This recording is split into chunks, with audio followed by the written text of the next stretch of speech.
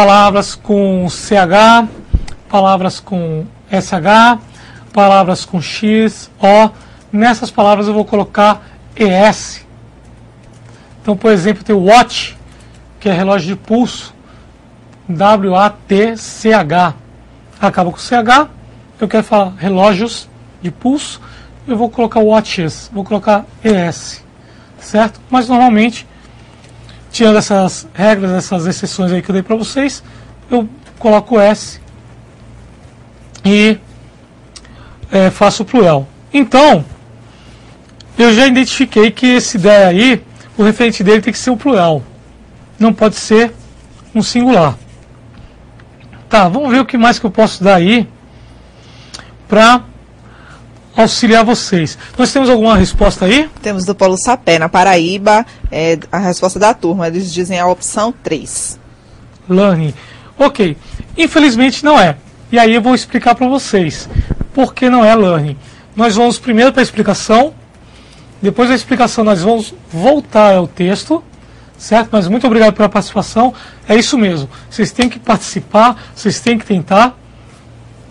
Se vocês não conseguirem dessa vez, eu estou aqui justamente para auxiliar, para ajudar vocês a entenderem e a superar os obstáculos. Parabéns! Então, vamos lá à explicação. Utilizando a técnica de skimming, seria necessário retomar ao texto e entender a sentença na qual o pronome está sendo empregado. Então, vamos lá. Então, não usei o scanning, usei o skimming. Depois eu vou explicar por quê. Então, aí o there é um pronome possessivo da terceira pessoa do plural. Como eu falei para vocês, deles, né? Então, deles, plural. Se é plural, então terá que vir acompanhado de um substantivo na terceira pessoa do plural. Ele está pedindo aí que o referente seja o quê? Uma terceira pessoa do plural. Então, a tradução der instructor, o instrutor deles, né? No texto seria seu instrutor, mas seu de quem? Seu instrutor, né? Instrutor deles. Deles quem? Então, vamos lá. Voltando para o texto, vemos students, estudantes. Estudantes está onde? Terceira pessoa do plural. Então, concluímos que der refere-se a students, ou seja, o instrutor dos alunos, certo? Não poderia ser o instrutor do aprendizado, porque aí aprendizado, aprender, sem um verbo, certo? Não seria viável. Se o instrutor é de alguém, ele tem que ser de alguém. O instrutor ensina alguém. Quem é esse alguém? Os alunos. Aí vamos lá para o texto para a gente pegar algumas técnicas aí, né? Para a gente tentar entender melhor essa maneira. Então no texto, na primeira linha, a gente tem teaching e learning. São dois verbos. Teach e learning. Teach, ensinar, daí vem teacher. Learning, aprender, daí vem learner. Ou learning. Aí o que acontece? Quando nós temos um verbo e nós colocamos o ER, se torna a pessoa que executa a ação. Por exemplo, work, verbo trabalhar. W-O-R-K, trabalhar, work. Então, trabalhar, trabalho. Aí eu coloco ER, worker, vira trabalhador.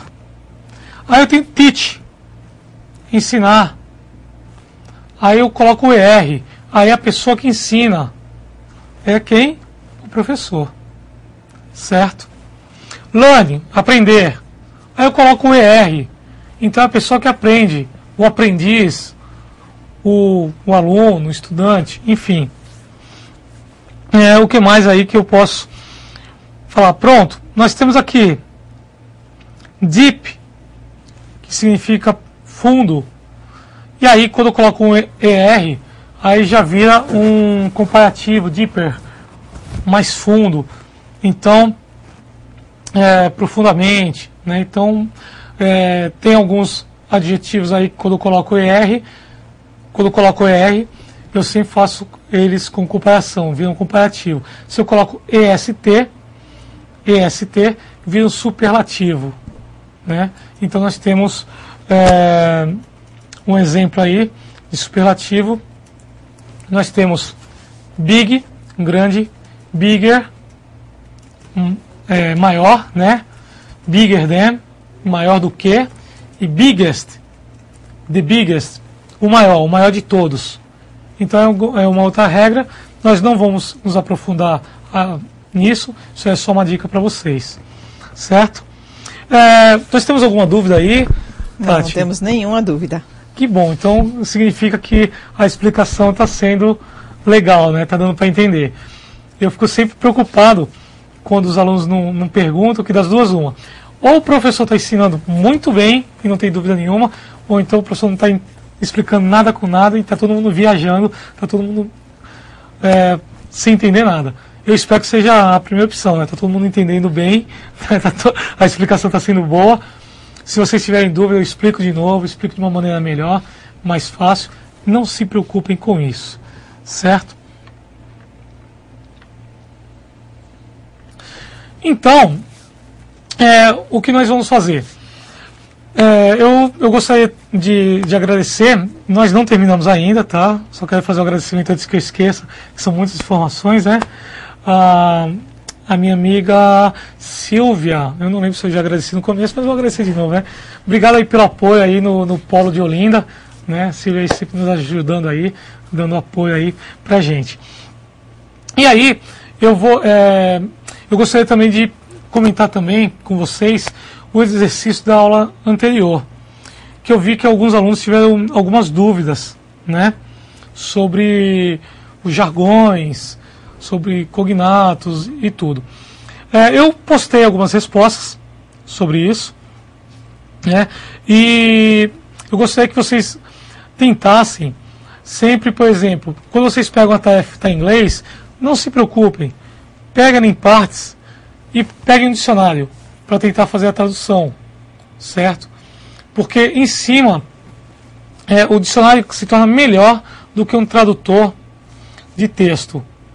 Tá? O tradutor de texto, você vai pegar o texto inteiro, vai colocar lá, aí dá um clique em traduzir, aí vai sair aquela misturada, você não vai entender nada. Então é melhor que você pegue parte por parte e tente traduzir. Formas de envio, vocês podem me enviar, que foi outra dúvida também frequente, né?